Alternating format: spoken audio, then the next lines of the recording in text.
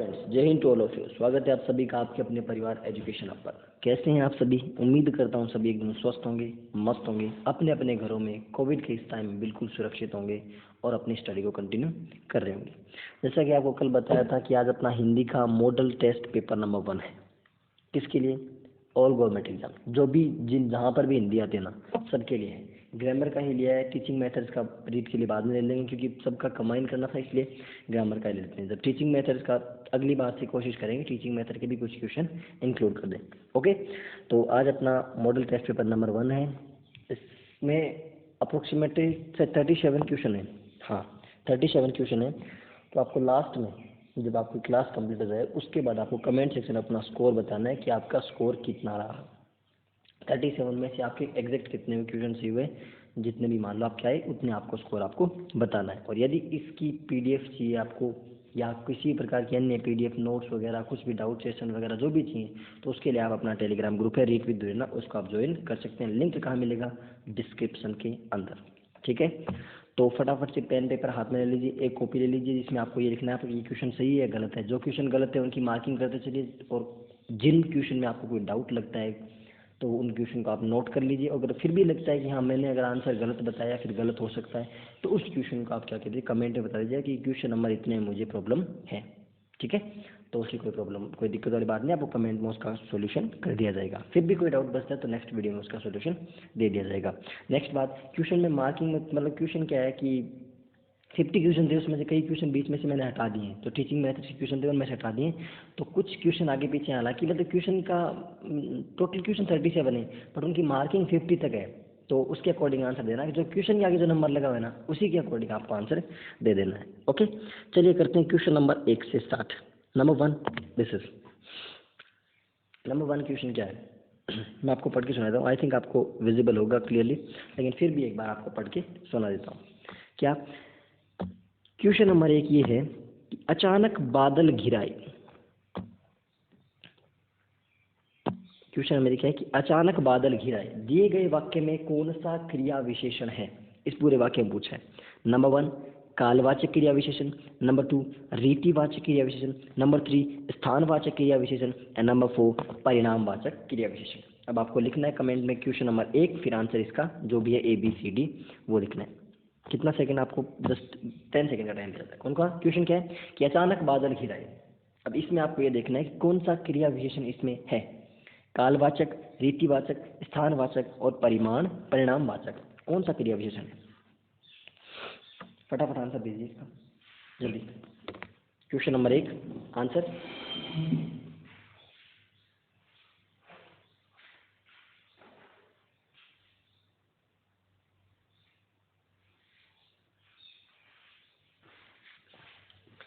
अब देखो इसमें क्या बताया गया है। आंसर होगा इसमें बी। आंसर होगा इसमें बी। कौन सा? रीतिवाचक क्रिया विशेषण है। कौन सा क्रिया विशेषण है इसमें? इसमें है रीतिवाचक क्रिया विशेषण। कैसे? इसमें क्या बताया? अचानक मतलब उसकी रीति बता रहा है, तरीका बता रहा है उससे घटित होने का, कि कैसे बादल कैसे गिराए, अचानक गिराए, उसमें क्या बता रहा है? तरीका बता रहा है। तो answer number B is the correct answer. Question number 1 का आंसर हो गया बी, रीतिवाचक क्रिया विशेषण। The next question is, next है पढ़ाई मात्र से ही सब कुछ नहीं मिल जाता। क्वेश्चन नंबर 2 है पढ़ाई मात्र से ही सब कुछ नहीं मिल जाता। प्रस्तुत वाक्य में मात्र शब्द किस प्रकार का, जो मात्र शब्द दिया गया है, ये मात्र शब्द किस प्रकार का अव्यय है? नंबर 1 सूचना बोधक अव्यय, नंबर 2 विस्मयादि बोधक अव्यय, नंबर 3 निपात अव्यय एंड नंबर 4 संबंध बोधक अव्यय। नंबर 4 कौन सा? संबंध बोधक अव्यय। अब इन 4 में से आपको आंसर देना है कि मात्र जो शब्द दिया गया है, इसमें मात्र ये लिखा हुआ है ये वाला, ये मात्र इसमें कौन सा अव्यय है? इस मात्र शब्द में कौन सा अव्यय है? सूचना बोधक, विस्मयादि बोधक, निपात या फिर संबंध बोधक।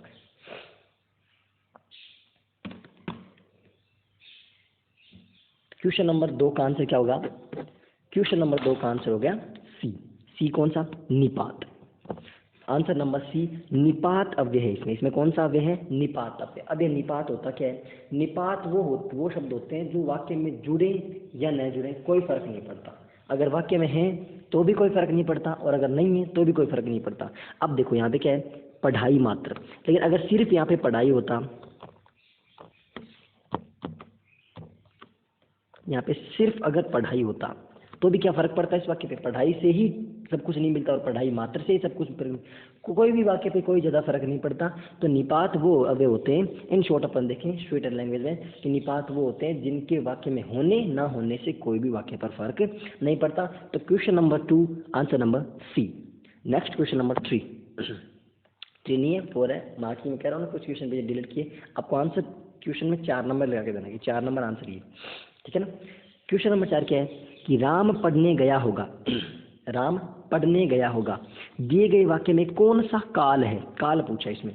नंबर 1 सामान्य भविष्य काल, नंबर 2 सामान्य संभाव्य भविष्य काल, नंबर 3 संदिग्ध भूतकाल, और नंबर 4 हेतु हेतु मद भविष्य काल।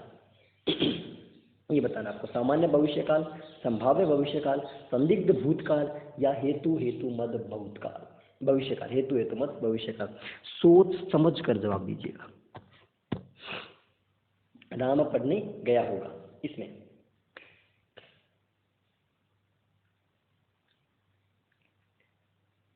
सामान्य भविष्य, संभाव्य भविष्य, संदिग्ध भूत या फिर हेतु हेतु मद भविष्य।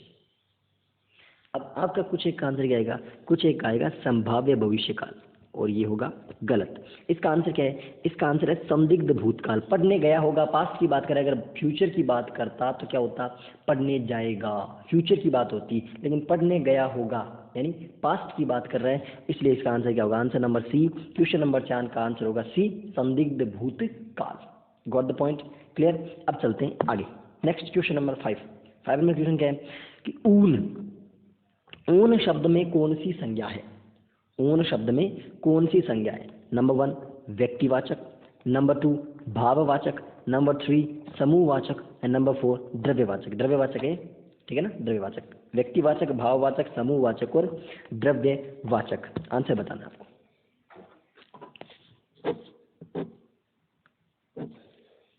फटाफट, व्यक्तिवाचक है ऊन शब्द में, या द्रव्यवाचक है, या भाववाचक है, या समूहवाचक है, कौन सी संज्ञा है ऊन शब्द में।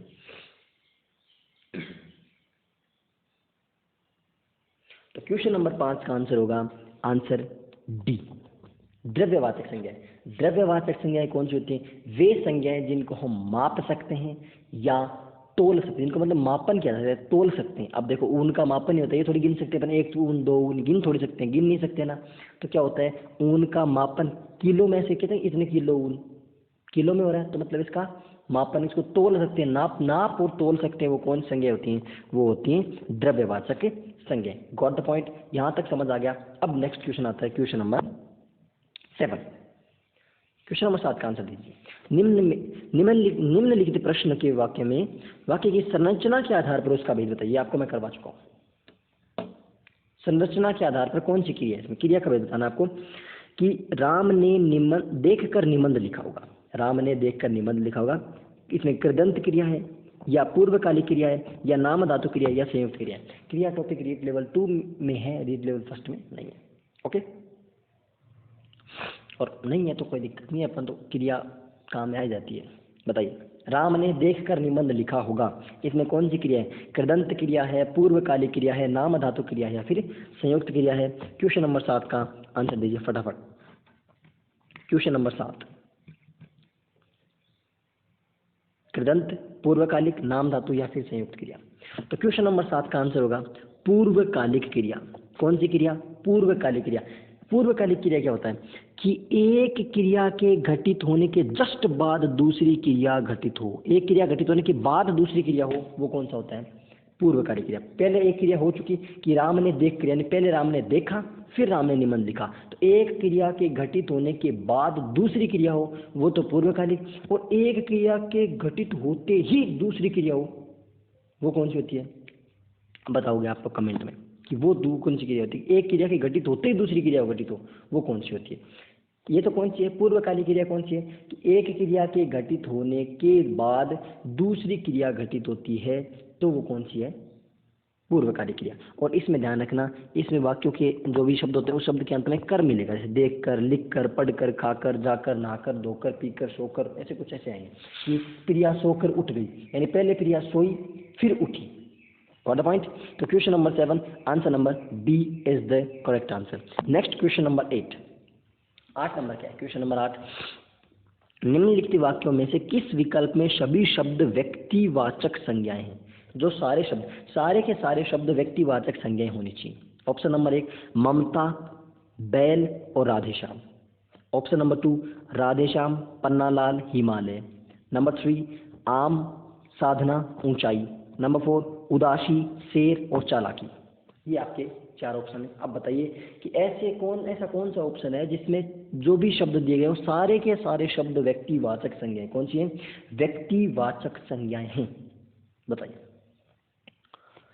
ममता, बैल, राधेश्याम, राधेश्याम, पन्नालाल, हिमालय, आम, साधना, ऊंचाई और उदासी, शेर और चालाकी। तो क्वेश्चन नंबर 8 आंसर। अब देखिए फटाफट अपन अलग करते हैं। नहीं पता मेरे को कि व्यक्तिवाचक है कौन सी। बैल, क्या दुनिया में एक ही बैल है? नहीं, बहुत सारे जातिवाचक है। हटाइए, बात खत्म। उदासी, क्या उदासी नाप सकते, तोल सकते? दिखती है उदासी? नहीं दिखती, सिर्फ भाव फील होती है, महसूस होती है। हट गया। आम, साधना, ऊंचाई, क्या है? भाव ही है एक तरीके के। हट गए। तो बचा क्या? राधेश्याम, पन्नालाल, हिमालय। राधेश्याम एक है, पन्नालाल एक है, हिमालय भी एक है। तो क्या हो गया? Answer number B is the correct answer. अब कोई पूछे इस राधेश्याम बहुत सारे, लेकिन जिस राधेश्याम की बात कर रहे हैं वो, जैसे मान लो राधेश्याम, सपोज करो मेरे घर के आसपास 2 राधेश्याम रहते हैं, लेकिन दोनों राधेश्याम अपनी जगह राधेश्याम एक ही है। जिस राधेश्याम की मैं बात कर रहा हूँ वो राधेश्याम अपनी जगह एक है। जिस पन्नालाल की मैं बात कर रहा हूँ वो पन्नालाल अपनी जगह एक है। हो सकता है आपकी गली में भी पन्नालाल रहता होगा, आपके घर में पन्नालाल रहता होगा, लेकिन जिस पन्नालाल की बात मैं कर रहा हूँ वो पन्नालाल अपनी जगह एक है। आप अपनी जगह एक हो सकता है आपका नाम राम, श्याम, राधा, मोहन, सीता, गीता जो भी हो, आप अपनी जगह एक हो। आपके जैसे नाम वाले बहुत मिल जाएंगे, लेकिन अपनी जगह आप खुद एक हो। Got the point? ओके। तो question number 8 answer number B is the correct. Next question number 9। Question number 9 क्या है? निम्नलिखित में से प्रेरणार्थक क्रिया का उदाहरण है। प्रेरणार्थक क्रिया कौन सी है? नंबर 1 वह खाता है। नंबर 2 मोहन घर गया। नंबर 3 गाय चरती है। एंड नंबर 4 अध्यापक छात्र से पाठ पढ़वाता है। बिल्कुल सिंपल क्वेश्चन है, फटाफट आंसर दे दीजिए। कौन सी प्रेरणार्थक क्रिया? प्रेरणार्थक क्रिया कौन सी है? वह खाता है, मोहन घर गया, गाय चरती है और अध्यापक छात्र से पाठ पढ़वाता है। Question number 9 answer number D is the correct answer. क्या होगा? डी।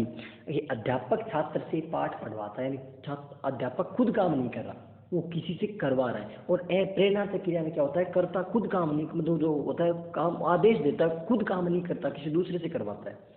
कि अध्यापक छात्र से पाठ पढ़वाता है, यानी काम करवा कौन रहा है? अध्यापक, लेकिन कर कौन रहा है? छात्र। अध्यापक छात्र से काम करवा रहा है, तो क्या हो गया? प्रेरणा। उसको प्रेरणा दे रहा है। क्या दे रहा है? उसको प्रेरणा दे रहा है। ठीक है। नेक्स्ट क्वेश्चन, तो question number 9 answer number D is the correct. Next question number 10। नायक शब्द का स्त्रीलिंग है। नायक शब्द का स्त्रीलिंग है। ये नायक शब्द का स्त्रीलिंग क्या होगा? आंसर दीजिए फटाफट। नायिका, नायक शब्द का स्त्रीलिंग बताइए फटाफट। नायिका, नायकी, नायिकाएं, ऊपर यहाँ है, ठीक है ना, और नायकी। फटाफट सोच के बताइए। नायिका, नायकी, नायिकाएं और नायकी। बताइए जल्दी। नायक शब्द का स्त्रीलिंग बताना आपको।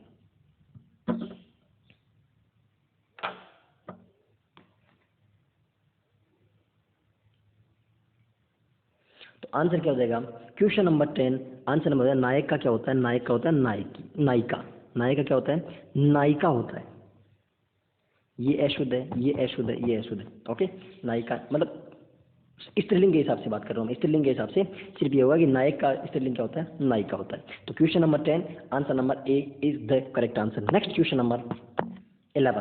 क्वेश्चन नंबर 11 का आंसर बताइए फटाफट। निम्न में से कौन सा विकल्प सही है? कौन सा विकल्प सही है? लड़का एक वचन शब्द है, लड़के ने एक वचन शब्द है, ए और बी दोनों सही हैं, और इनमें से कोई भी सही नहीं है। सोच समझ के आंसर देना, कहीं दोनों दिखते टिक मत कर देना कि दोनों ही होंगे। ये करते हैं हम, जहाँ पे उपयोग सही मिल जाए, ए और बी दोनों मिल जाए, ऐसा करते उसी क्वेश्चन बिना पढ़े आंसर टिका देते हैं उसका, और हम नतीजा भुगत लेते हैं। लड़का एक वचन शब्द है, लड़के ने एक वचन शब्द है, ए और बी दोनों सही हैं और दोनों ही सही नहीं है। क्वेश्चन नंबर 11 आंसर नंबर ए होगा, बी होगा, सी होगा या डी होगा? फटाफट कमेंट में कर लीजिए। क्वेश्चन नंबर 11 का आंसर क्या होगा? लड़का। लड़का एक वचन है, बिल्कुल। लड़का जाता है, लड़का खाता है, लड़का पीता है, ये बात सही है, लड़का एक वचन है। लड़के ने एक वचन है, लड़के ने काम किया, लड़के ने पढ़ा, लड़के ने उसको ये किया वो किया, तो एक वचन है, सिंपल सी बात है, ये भी एक वचन है। तो मतलब ए और बी दोनों करेक्ट है। तो आंसर नंबर क्या होगा? सी। आंसर नंबर क्या होगा? C. Question number 11, answer number C is the correct answer. Okay, next question number 14। अब सोचो बीच वाले कहाँ गए? बीच वाले गए कहीं गंगा जी घूमने गए। नेक्स्ट क्वेश्चन नंबर 14 क्या है? क्वेश्चन नंबर 14 है जलवायु शब्द में कौन सा समास है? क्या पूछा है? समास पूछा है जलवायु शब्द में।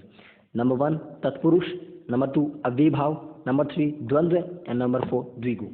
तत्पुरुष, अव्ययभाव, द्वंद्व और द्विगु, कौन सा समास है? किसमें किसमें पूछा है? जलवायु में कौन सा समास है? नंबर 1 तत्पुरुष, नंबर 2 अव्ययभाव, नंबर 3 द्वंद्व और नंबर 4 द्विगु समास। Question number 14, answer number A B C D, फटाफट। तत्पुरुष, अव्ययभाव, द्वंद्व और द्विगु समास। तत्पुरुष होने से क्योंकि कोई भी इसमें ऐसा कोई कारक चिन्ह विलुप्त नहीं हो रहा तत्पुरुष में, जलवायु में, कि जिससे अपने को कोई भी तत्पुरुष समास कहाँ होता है? तत्पुरुष समास वहाँ होता है जहाँ पर कोई भी कारक चिन्ह क्या हो विलुप्त हो, तत्पुरुष हो नहीं सकता। अव्यय भाव कुछ भी अव्यय शब्द नहीं जुड़ा हुआ, हट गया। द्विगु समास कोई भी संख्या की बात नहीं करा, द्विगु समास नहीं होगा। बचा क्या? द्वंद्व। जल और वायु द्वंद्व हो रहा है, दोनों में कॉन्ट्राडिक्शन हो रहा है, जहाँ पे कॉन्ट्राडिक्शन होगा वहाँ क्या होगा? द्वंद्व समास होगा। तो question number 14, answer number C is the correct answer. Next question number 15, Ujjayini. Question number 15, Ujjayini शब्द में कौन सा उपसर्ग है? उज्जयिनी शब्द में क्या पूछा है? उपसर्ग पूछा। क्या पूछा? उपसर्ग। उज, उज, उत और उ, कौन सा उपसर्ग है? ध्यान से सोच के देना आंसर। उज्जयिनी शब्द में कौन सा उपसर्ग है? Question number 15, answer number A B C या डी। उज, उज, उत और उ। क्वेश्चन नंबर 15 का आंसर दीजिए फटाफट। तो उज्जयिनी शब्द में कौन सा है? उज्जयिनी शब्द में उपसर्ग है उत। कौन सा उपसर्ग है? उत। Answer number C is the correct answer. Ujjayini शब्द में उत प्लस जयिनी, उत उपसर्ग है। कौन सा है? उत उपसर्ग है उज्जयिनी शब्द में। ठीक है, तो question number 15, answer number C is the correct answer. Next question number 16, उपकूल। उपकूल, उपकूल में कौन सा समास है? इसमें क्या पूछा? उपकूल में इसमें समास पूछा है। ऑप्शन नंबर ए तत्पुरुष, ऑप्शन नंबर बी द्विगु, ऑप्शन नंबर सी अव्ययभाव और ऑप्शन नंबर डी द्वंद्व। द्विगु, तत्पुरुष, अव्ययभाव और द्वंद्व। Question number 16, answer number A B C और डी, कौन सा होगा? फटाफट आंसर दीजिए। क्वेश्चन नंबर 16 में उपकूल में कौन सा समास है पूछा है? तत्पुरुष समास है या द्विगु समास है या अव्ययभाव समास है या द्वंद्व समास है? वही बात, सबसे पहले देखें तत्पुरुष, कोई भी कारक चिन्ह विलुप्त हो रहा है? नहीं हो रहा, हटा दीजिए, तत्पुरुष हट गया। कोई भी संख्या का चिन्ह बोध हो रहा है? नहीं हो रहा। आपस में दो चीजों में कुछ विरोध हो रहा है? नहीं हो रहा। इसमें क्या है? अव्ययभाव। कौन सा अव्यय? उप, इसमें कुछ अव्यय लगा, उप प्लस कूल, उपकूल। ओके, तो अव्ययभाव समास कौन सा? जिसमें प्रारंभ जो प्रथम शब्द हो वो अव्यय होता है, वो क्या कहलाता है? अव्ययभाव समास कहलाता है। ठीक है, question number 16, answer number C is the correct answer. Next question number 17, तत्शरीर। क्वेश्चन नंबर 17, तत्शरीर शब्द का संधि विच्छेद होगा। तत्शरीर शब्द में कौन सी संधि है? मतलब इसका संधि विच्छेद कौन सा है? तत् प्लस शरीर, तत् प्लस शरीर, तच प्लस शरीर, तच प्लस शरीर। सोच के आंसर देना। तत् शरीर में कौन सी संधि होगी? तत् प्लस शरीर, तत् प्लस शरीर, तच प्लस शरीर और तच प्लस शरीर, कौन सा इसमें होगा संधि विच्छेद? इसका पूछा आपको। Question number 17, answer number A B C D, फटाफट जवाब दीजिए।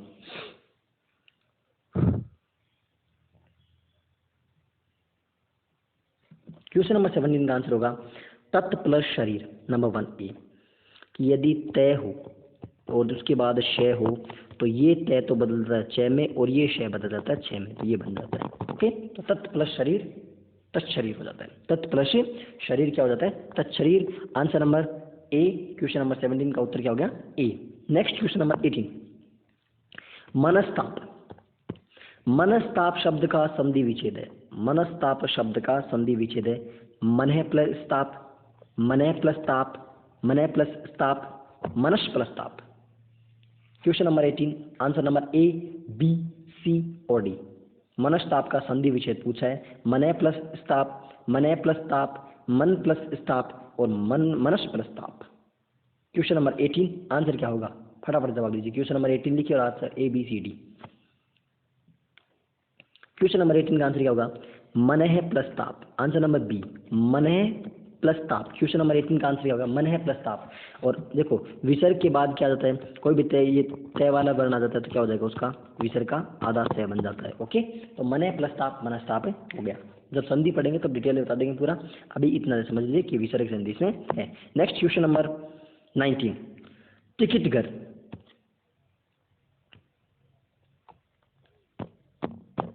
क्वेश्चन नंबर 19, टिकट घर में टिकट घर किस प्रकार का शब्द है।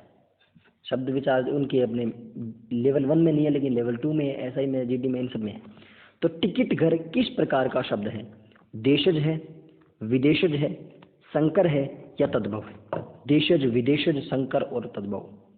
देशज शब्द है कौन सा, टिकट घर पूछा है, टिकट घर कौन सा शब्द है, देशज है, विदेशज है, संकर है या फिर तद्भव शब्द है। Question number 19 answer number A, B, C और D कौन सा होगा। क्वेश्चन नंबर 19 का जवाब दीजिए। Answer number A, B, C और D, देशज, विदेशज, संकर और तद्भव। तो आंसर क्या होगा, क्वेश्चन नंबर 19 का आंसर होगा संकर शब्द है। कैसा शब्द है, संकर शब्द। संकर शब्द क्या होता है, दो अलग अलग प्रकार की भाषाओं से मिलकर बनाता है। तो इसमें देखिए टिकट तो क्या है, टिकट अलग भाषा का है और घर अलग भाषा का, दोनों अलग अलग भाषाओं से मिलकर के शब्द बने होते हैं, तो वो कौन शब्द होते हैं, संकर शब्द होते हैं। Got the point. तो question number 19 answer number C is the correct answer. Next question number 20। Question number 20 क्या है, क्वेश्चन नंबर 20 का आंसर है, आंसर आपको देना है क्षेत्रिक का तद्भव रूप कौन सा है। क्षेत्रिक का तद्भव रूप क्या है, ध्यान से सोच के आंसर देना। खेत, खेल, क्षेत्र, खेती। क्षेत्रिक 20 नंबर क्वेश्चन है। क्वेश्चन नंबर 20 का आंसर ABCD। क्षेत्रिक का तद्भव रूप पूछा है, खेत, खेल, क्षेत्र और खेती कौन सा होगा। क्वेश्चन नंबर 20 आंसर दीजिए A, B, C या D। क्वेश्चन नंबर 20 का आंसर क्या होगा, क्वेश्चन नंबर 20 का आंसर है खेती। अब आप ये सोचो खेत क्यों नहीं हुआ, खेत का होता है क्षेत्र, खेत का होता है क्षेत्र, लेकिन इसे क्षेत्रिक पूछा, क्षेत्र का क्या हो जाएगा, खेती। तो question number B answer number D is the correct answer. Question number 20 का आंसर क्या हो जाएगा, D, खेती। ओके, नेक्स्ट चलते हैं क्वेश्चन नंबर 21। निम्न में से, इंपॉर्टेंट क्वेश्चन ध्यान देना, निम्न में से दाहिना का तत्सम रूप क्या है। निम्न में से दाहिना का तत्सम रूप क्या है। क्वेश्चन नंबर 21 का आंसर देना आपको कि दाहिना का तत्सम रूप क्या है। ऑप्शन नंबर 1 दक्षिण, B दिशा, C दोपहरी और D जुआरी। Question number 21 answer A, B, C या D। दाहिना का तत्सम रूप पूछा है, दक्षिण होगा या दिशा होगा या दोपहरी होगा या जुआरी होगा। क्वेश्चन नंबर 21 का आंसर जवाब दीजिए फटाफट, दक्षिण, दिशा, दोपहरी या जुआरी। Question number 17 answer number 1 is the correct answer. दाहिना का मतलब क्या, दक्षिण, दक्षिण तत्सम रूप है और तद्भव क्या होगा उसका, दाहिना हो गया। दक्षिण का तद्भव क्या हो गया, दाहिना। तो question number 21 answer number A is the correct answer. Next चलते हैं क्वेश्चन नंबर 22 पे। ये क्वेश्चन ध्यान से देना है सर, कृत प्रत्ययों की संख्या कितनी होती है। आपने अलग अलग पढ़ रखी होगी लेकिन आज आपको ऑथेंटिक जवाब देते हैं, कृत प्रत्ययों की संख्या कितनी होती है। क्वेश्चन नंबर 22, कृत प्रत्ययों की संख्या कितनी होती है, 22, 24, 28 और 30। 22, 24, 28 और 30 कितनी होती है कृत प्रत्ययों की संख्या। फटाफट जवाब दीजिए। Question number 22 answer number A, B, C और D। कृत प्रत्यय की संख्या कितनी होती है।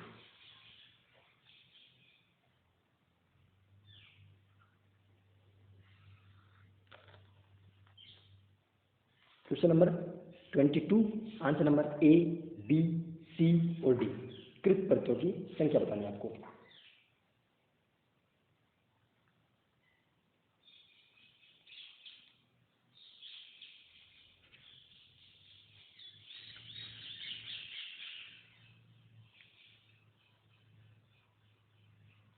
आंसर होगा इसका 28। क्वेश्चन नंबर 22 का आंसर हो जाएगा 28। कितने होते हैं कृत प्रत्यय, कृत प्रत्यय कितने होते हैं, 28 होते हैं। ओके, नेक्स्ट चलते हैं क्वेश्चन नंबर 23। क्वेश्चन नंबर 23 क्या है? क्वेश्चन नंबर 23 है प्रतिक्षण। प्रतिक्षण शब्द किस उपसर्ग का प्रयोग हुआ है? प्रतिक्षण शब्द में किस उपसर्ग का प्रयोग हुआ है? ऑप्शन नंबर 1 प्रे, ऑप्शन नंबर 2 ए, ऑप्शन नंबर 3 पर और ऑप्शन नंबर डी प्रति। प्रतिक्षण शब्द में प्रे, ए, पर और प्रति किस शब्द उपसर्ग का प्रयोग हुआ है? उपसर्ग क्या होते हैं? उपसर्ग वे होते हैं जो शब्द के पहले लगते हैं, और प्रत्यय क्या होते हैं? प्रत्यय शब्द के बाद में लगते हैं। उपसर्ग पहले, प्रत्यय बाद में। उपसर्ग पहले, प्रत्यय बाद में। तो प्रतिक्षण में कौन सा होगा? Option number 20, question number 23, option number A, B, C और डी। तो प्रतिक्षण में क्या होगा? प्रतिक्षण में होगा प्रति। एक बात ध्यान रखना, जब भी आप उपसर्ग को अलग करते हो तो उसके बाद बचा हुआ शब्द सार्थक शब्द होना चाहिए। कैसा शब्द होना चाहिए? सार्थक शब्द होना चाहिए। तो प्रति उपसर्ग प्लस क्षण शब्द होता है, इसमें मूल शब्द है। Answer question number 23, answer number D is the correct answer. Next question number से चलते हैं। नेक्स्ट क्वेश्चन नंबर 26, लाघव चिन्ह का अभी कल के टॉपिक में रहेगा विराम चिन्ह और पदबंध। ठीक है, तो कल अपन विराम चिन्ह आपके डाउट में क्लियर हो जाएगा। जो भी विराम चिन्ह है वो सारे आपके विराम चिन्ह कल के टॉपिक में, और पदबंध टॉपिक है वो कल पूरा हो जाएगा। ठीक है, तो लाघव चिन्ह का प्रयोग होता है उद्धरण के लिए, बड़े अंश का संक्षिप्त रूप लिखने के लिए, त्रुटि सुधार के लिए और अभिवादन के लिए। लाघव चिन्ह होता है, उसका प्रयोग किसके लिए होता है? नंबर 1 उद्धरण के लिए, नंबर 2 बड़े अंश का संक्षिप्त रूप लिखने के लिए, नंबर 3 त्रुटि सुधार के लिए, एंड नंबर 4 अभिवादन के लिए। लाघव चिन्ह का question number 26, option number A, B, C और डी क्या राइट होगा? फटाफट बताइए। क्वेश्चन नंबर 26 का आंसर लाघव चिन्ह। तो देखो, लाघव चिन्ह क्या होता है? लाघव चिन्ह होता है बड़े अंश का संक्षिप्त रूप लिखने के लिए। कैसे? बड़े अंश का संक्षिप्त रूप लिखने के लिए। जैसे हम यूँ लिखते हैं डॉक्टर, डॉक्टर का लिखना यूँ लिख देते हैं, डॉक्टर शॉर्ट में लिख देना, डॉक्टर को यूँ लिख देते हैं, तो क्या हो गया? जैसे प्राचार्य के बारे में लिख देना प्राचार्य, लिख देते हैं डॉक्टर, प्राचार्य, ये सब उपाधियाँ जो होती हैं, जो भी होते हैं, तो लाघव चिन्ह क्या होता है? उस नाम को शॉर्ट बना देता है। ओके, जैसे संयुक्त राज्य अमेरिका है तो हम लिख से संयुक्त राज्य अमेरिका जो लिख देते हैं, तो यूएसए इन शॉर्ट में, इंग्लिश में शॉर्ट में वैसे लिखा जाता है। और हिंदी में क्या करना है? हिंदी में हमें लाघव चिन्ह का प्रयोग करना होता है किसी भी वाक्य को, किसी भी शब्द को छोटे रूप में लिखने के लिए। ओके, तो question number 26, answer number B is the correct answer. Next question number 27, योजक चिन्ह है, इसमें एक ऑप्शन कम है, एक ऑप्शन आप ओ ले लीजिए। योजक चिन्ह है ये, अब बताइए योजक चिन्ह है। Question number option number A, B, C, D और ई, इसमें 5 ऑप्शन है। Option number A, B, C, D और ई, योजक चिन्ह कौन सा है?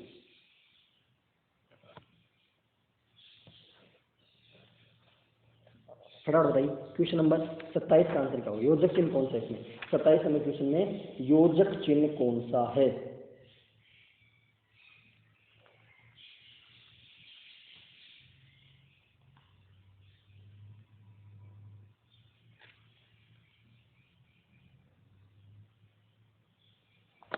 आंसर होगा क्वेश्चन नंबर 27 का ए। 27 का क्वेश्चन नंबर आंसर क्या होगा? ए। अब आप क्या सोच रहे हो कि ई में नेक्स्ट क्यों दिया? ये चिन्ह कौन सा होता है? कौन सा होता है ये चिन्ह? कौन सा होता है बताइए, फटाफट सोच के बताइए। योजक चिन्ह तो ये होता है, जब योजक चिन्ह छोटा होता है ये चिन्ह बड़ा होता है थोड़ा सा। अब ये बड़ा चिन्ह कौन सा होता है? इसका जवाब दो कमेंट सेक्शन में, क्योंकि मैं यहाँ में बता दूंगा फिर आप कमेंट नहीं करोगे, तो इसलिए आपको इसका जवाब देना है कमेंट सेक्शन में कि ये चिन्ह कौन सा है। फिर नेक्स्ट क्वेश्चन नंबर 20, तो 27 का आंसर क्या हो गया? ऑप्शन नंबर ए योजक चिन्ह हो गया।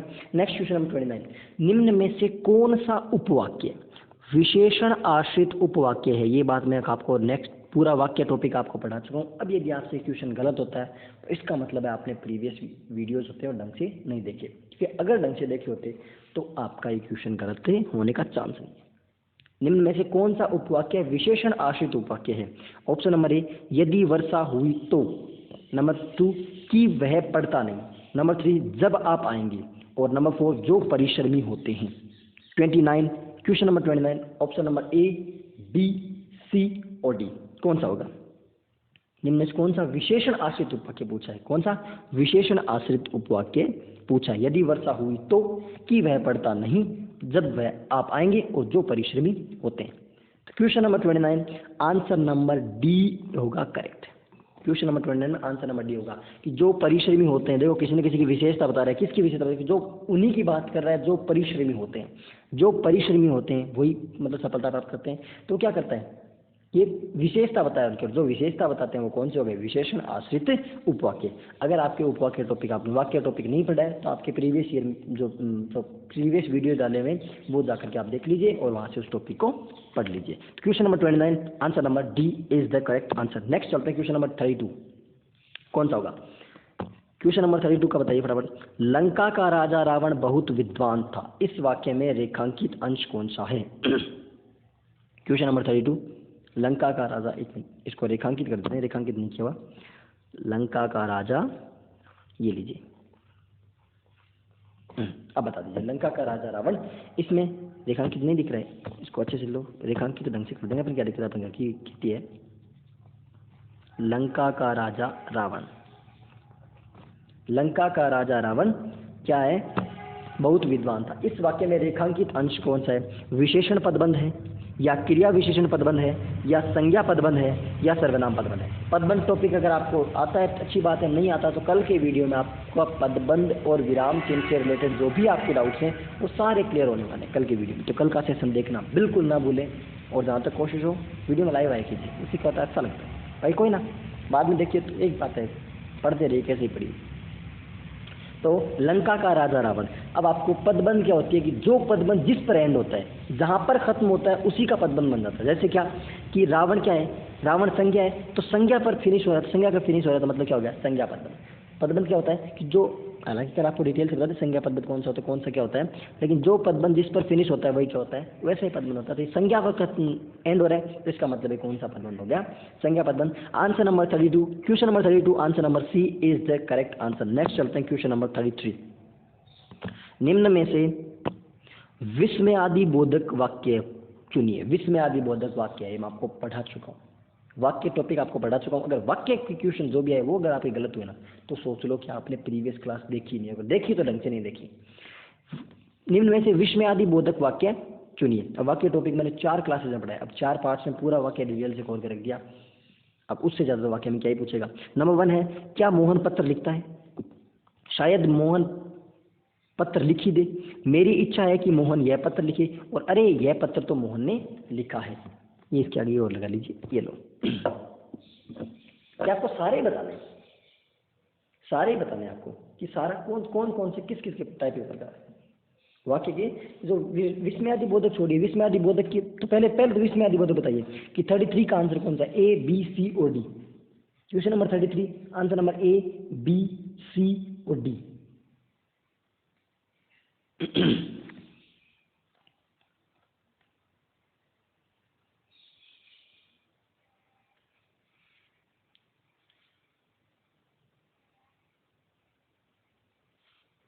अब देखिए क्या क्या मोहन पत्र लिखता है, लास्ट में क्वेश्चन मार्क चिन्ह आया तो मतलब ये तो कौन सा है, प्रश्नार्थक वाक्य है। शायद मोहन पत्र लिखी दे, संभावना व्यक्त कर रहा है तो मतलब संभाव्य हो गया। मेरी इच्छा है, इच्छार्थक वाक्य, इच्छा व्यक्त कर रहा है। और ये क्या बताया, अरे इसमें देखो विस्मय आदि, मैंने आपको कहा था कि विस्मय बोधक जो होगा उसमें विस्मय आदि बोधक चिन्ह अब इसमें पक्का मिलेगा। देखो इसमें विस्मय आदि बोधक चिन्ह है तो इसका मतलब क्या हो गया, question number 33 answer number D is the correct answer. फिर से कह रहा हूँ, अगर आपने वाक्य टॉपिक नहीं पढ़ा है तो प्रीवियस वीडियोस आपको प्लेलिस्ट मिल जाएगी। प्लेलिस्ट कहाँ पे है, कमेंट सेक्शन में पिन की हुई मिल जाएगी, और अगर नहीं मिल तो चैनल पे जाइए, वहाँ पे आपको वीडियोस में देख लीजिए या फिर आप प्लेलिस्ट में जाकर के देख लीजिए। हिंदी के संज्ञा, सर्वनाम और वाक्य टॉपिक कंप्लीट अपने हो चुके हैं। क्लियर। अब चलते हैं next question number 34। Question number 34 क्या है, बुरे उद्देश्य से की गई गुप्त मंत्रणा के लिए एक शब्द है। ये रीट लेवल 1 में भी और रीट लेवल 2 में भी होना चाहिए। कौन सा, कि अनेकार जो वाक्यांश के लिए एक शब्द है। ये टॉपिक है कि बुरे उद्देश्य से की गई गुप्त मंत्रणा के लिए एक शब्द है। कौन सा, दुर्भिसंधि, दुर्भियोजन, दुर्तिक्रम और दुर्धिगम।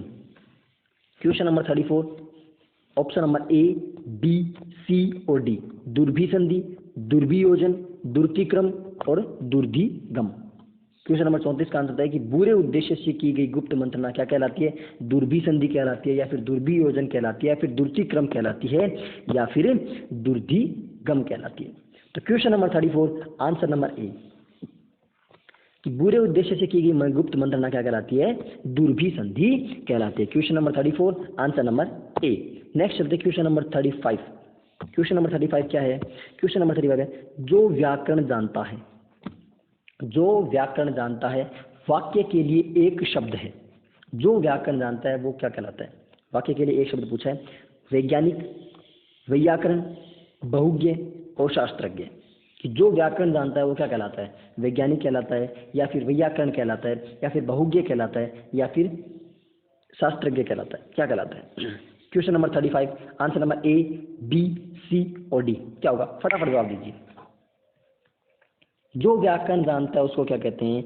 उसको कहते हैं वैयाकरण। क्या कहते हैं? वैयाकरण। जो व्याकरण जानता है, व्याकरण का ज्ञाता क्या कहलाता है? वैयाकरण कहलाता है। तो question number 35, answer number B is the correct answer. Next चलते हैं क्वेश्चन नंबर 37। 37 नंबर क्वेश्चन क्या है? 37 नंबर है कि जो अव्यय शब्द दो पदों, पदबंधों या उपवाक्यों को जोड़ने का कार्य करते हैं वे क्या कहलाते हैं? दो पदों को जोड़ते हैं, या फिर दो पदबंधों को जोड़ते हैं, या फिर दो उपवाक्यों को जोड़ने का काम करते हैं, वो क्या कहलाते हैं? नंबर 1 क्रिया विशेषण कहलाते हैं, नंबर 2 समुच्चय बोधक कहलाते हैं, नंबर 3 संबंध बोधक कहलाते हैं, और नंबर 4 विस्मयादि बोधक कहलाते हैं। क्रिया विशेषण की वो अव्यय की बात पूछिए, अव्यय टॉपिक अपना बचा हुआ अव्यय करवा देंगे आपको। जो अव्यय शब्द दो पदों या पदबंधों या उपवाक्यों को जोड़ने का काम करते हैं। अब देखो, जो भी जोड़ने का काम करता है वो क्या होता है? वो आपका समुच्चय बोधक होता है। कौन सा होता है? समुच्चय बोधक। देखो क्रिया विशेषण क्या होता है, इन शॉर्ट आपको बताता हूँ। क्रिया विशेषण वो होता है जो क्रिया की विशेषता बताए। किसकी विशेषता बताए? क्रिया की विशेषता।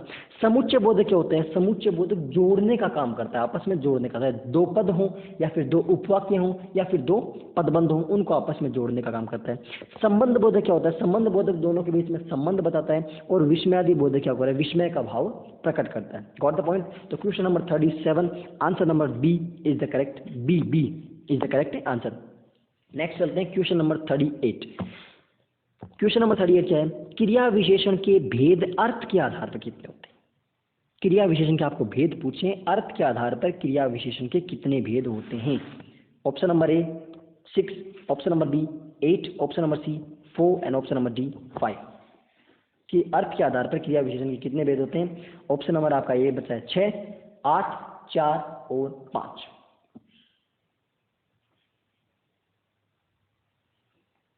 फटाफट बताइए।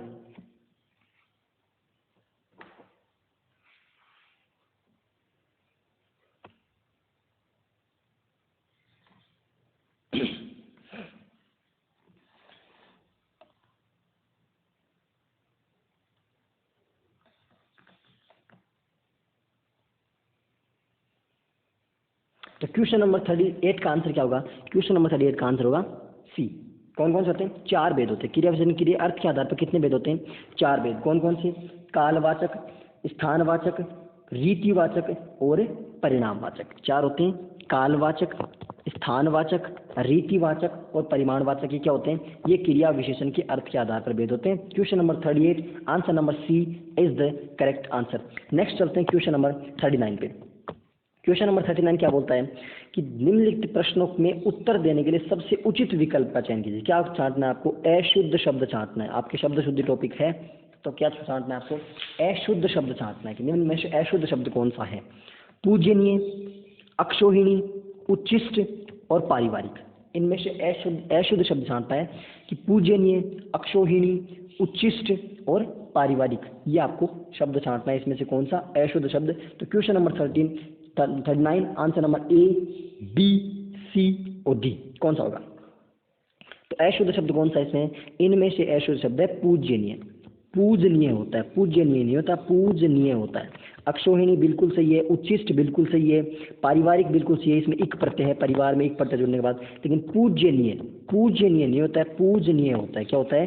पूजनीय। तो question number 39, answer number A is the correct answer. Next चलते हैं क्वेश्चन नंबर 40। क्वेश्चन नंबर 40 में क्या है? क्वेश्चन नंबर 40 में शुद्ध वर्तनी है।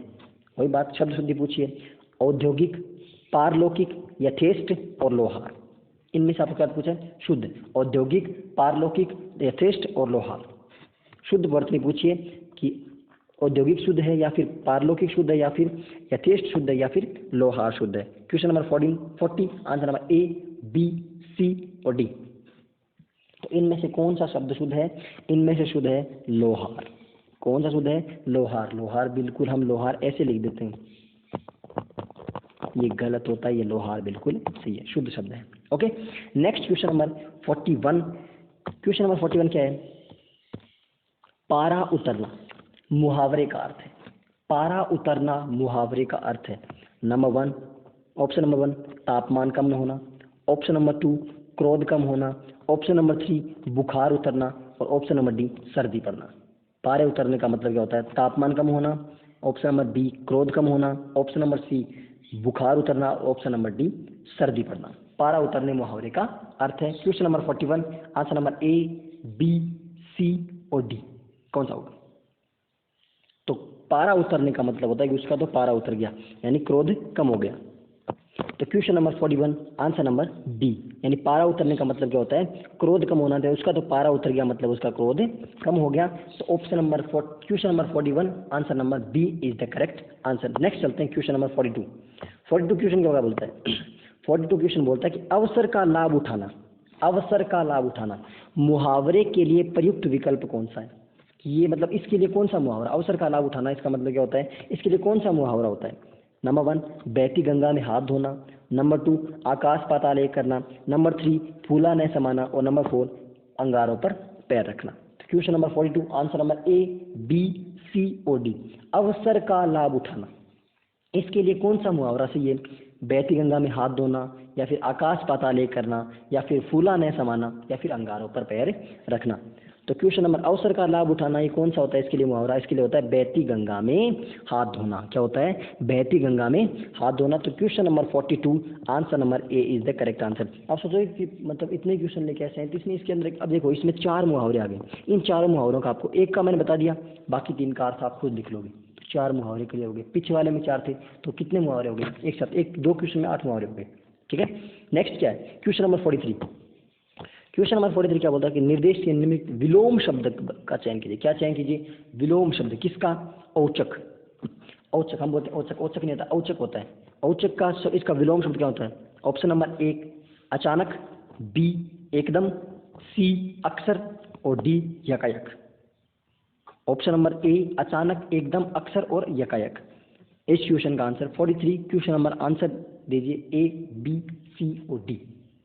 औचक का विलोम शब्द पूछा आपको। अब देखो ऑप्शन कैसे? यकायक, एकदम और अचानक, ये तीनों एक जैसे अर्थ के लग रहे हैं, तो ये तीनों तो हो ही नहीं सकती क्योंकि 3 एक साथ पर्यायवाची से थे। तो बचा क्या? अक्सर। तो औचक का क्या होता है? अक्सर। औचक होता है एक मतलब अचानक होने वाला, अक्सर जो अक्सर होता रहता है वो। ओके, तो question number 43 answer number C is the correct answer. Next चलते हैं क्वेश्चन नंबर 44। पर्यायवाची शब्द छांटना। क्या छांटना है आपको? आपको छांटना है पर्यायवाची शब्द। किसका? भारिया। भारिया का आपको पर्यायवाची छांटना है। ऑप्शन नंबर ए नीड, ऑप्शन नंबर बी रंक, ऑप्शन नंबर सी वनिता, ऑप्शन नंबर डी भूप। नीड, रंक, वनिता और भूप। पर्यायवाची छांटना है किसका? भारिया का। भारिया का पर्यायवाची क्या होता है? ऑप्शन नंबर ए है आपका नीड, ऑप्शन नंबर बी आपका रंक, ऑप्शन नंबर सी है आपका वनिता और ऑप्शन नंबर डी है आपका भूप। क्या होगा आंसर? ए, बी, सी, डी। तो भारिया का पर्यायवाची होता है वनिता। क्या होता है भारिया का पर्यायवाची? वनिता। ओके, तो question number 44 answer number C is the correct answer. Next one question number 45। 45 में क्या है कि पर्यायवाची विपरीत अर्थ का बोध कराने वाले। किसका बोध कराने वाले? विपरीत अर्थ का बोध कराने वाले शब्द को क्या कहते हैं? जो शब्द विपरीत अर्थ का बोध कराते हैं उसको क्या कहते हैं? ऑप्शन नंबर ए पर्यायवाची शब्द कहते हैं उसको, ऑप्शन नंबर बी उसको विलोम शब्द कहते हैं, ऑप्शन नंबर सी उसको समानार्थक शब्द कहते हैं और ऑप्शन नंबर डी उसको एकार्थक शब्द कहते हैं। इस पेपर का सबसे इजीएस्ट क्वेश्चन, सबसे सरलतम प्रश्न है कि विपरीत अर्थ का बोध कराने वाला, अपोजिट अर्थ का, विपरीत अर्थ का बोध कराने वाला। तो मैंने आंसर ही बोल दिया। अर्थ करवाने वाला क्या कहलाता है? पर्यायवाची कहलाता है या फिर विलोम शब्द कहलाता है, फिर समानार्थक कहलाता है, फिर एकार्थक कहलाता है। Question number 45 answer number A, B, C और डी। तो क्या होते हैं? जो शब्द विपरीत अर्थ का बोध कहलाते हैं वो क्या कहलाते हैं? विलोम शब्द कहलाते हैं। क्या कहलाते हैं? विलोम शब्द कहलाते हैं। तो question number 45 answer number B is the correct answer. Next चलते हैं क्वेश्चन नंबर 49। आलस्य। आलस्य शब्द का विशेषण है। आलस्य शब्द का विशेषण है। यानी आलस्य शब्द से कौन सा विशेषण बना हुआ है? आलस, आलसी, अलस या आलसीपन। आलस, आलसी, अलस या फिर आलसीपन, आलस्य से बना हुआ विशेषण शब्द। Question number 49, answer number A, B, C और डी कौन सा होगा? आलस्य शब्द का विशेषण पूछा है इसने, तो आलस होगा या फिर आलसी होगा या अलस होगा या आलसीपन होगा। हमें नहीं पता विशेषण कौन सा होता है। क्या आलस व्यक्ति होता है? नहीं होता। क्या आलसी व्यक्ति होता है? बिल्कुल होता है। तो आंसर नंबर बी, यानी आलसी व्यक्ति। तो व्यक्ति क्या बता रहे हैं? विशेषता बता रहे हैं आलसी। तो क्यों आलस्य से बना विशेषण कौन सा है? Question number 49, answer number B is the correct answer. Last and final question, question number 50, रूपांतरण में कौन सी संधि है? रूपांतरण शब्द में कौन सी संधि है?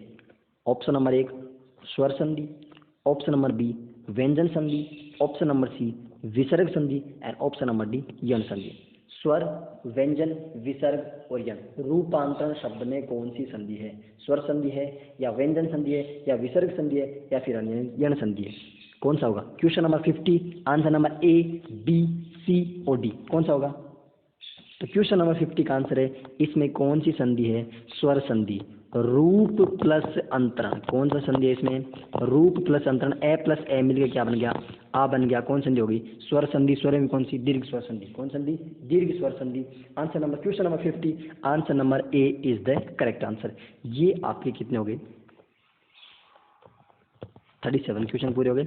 वैसे 37 इनमें बहुत सारे, इनमें भी अब देखो मुहावरे वाले 2 क्वेश्चन आ गए, 2 क्वेश्चन आपके 8 मुहावरे आ गए, विलोम शब्द वाले 8 आ गए, एकांकी शब्द वाले कितने आ गए? तो वो मतलब शब्द बहुत सारे हो गए। बाकी क्वेश्चन हालांकि 50 है, मतलब 50 से प्लस ही होगी, ज़्यादा क्वेश्चन हो गए।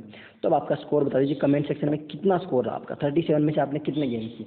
जितना भी आया आपका, अगर इस टेस्ट में आपके 30 प्लस भी आ रहे हैं तो आप एवरेज पे चल दो। 30 प्लस पे एवरेज है, 30 से नीचे का मामला थोड़ा सा गड़बड़ी है। 30 प्लस पे है तो एवरेज है, और जिसके 33, 34, 35 तक पहुंच रहे हैं वो अच्छा परफॉर्म है। तो बाकी 37 में 37 तो बहुत ही अच्छी बात है। तो आप अपना स्कोर कहाँ बताओगे? स्कोर या तो यहाँ बता दीजिए या फिर कमेंट सेक्शन में आप लोग कमेंट कर दो, यहाँ भी मेरा स्कोर ये रहा। मिलते हैं कल शाम को नेक्स्ट सेशन के साथ। तब तक के लिए हंसते रहिए, मुस्कुराते रहिए, अपना ध्यान रखिए, अपने घर वालों का ध्यान रखिए। Stay home, stay safe and be alert. और थैंक यू फॉर वॉचिंग।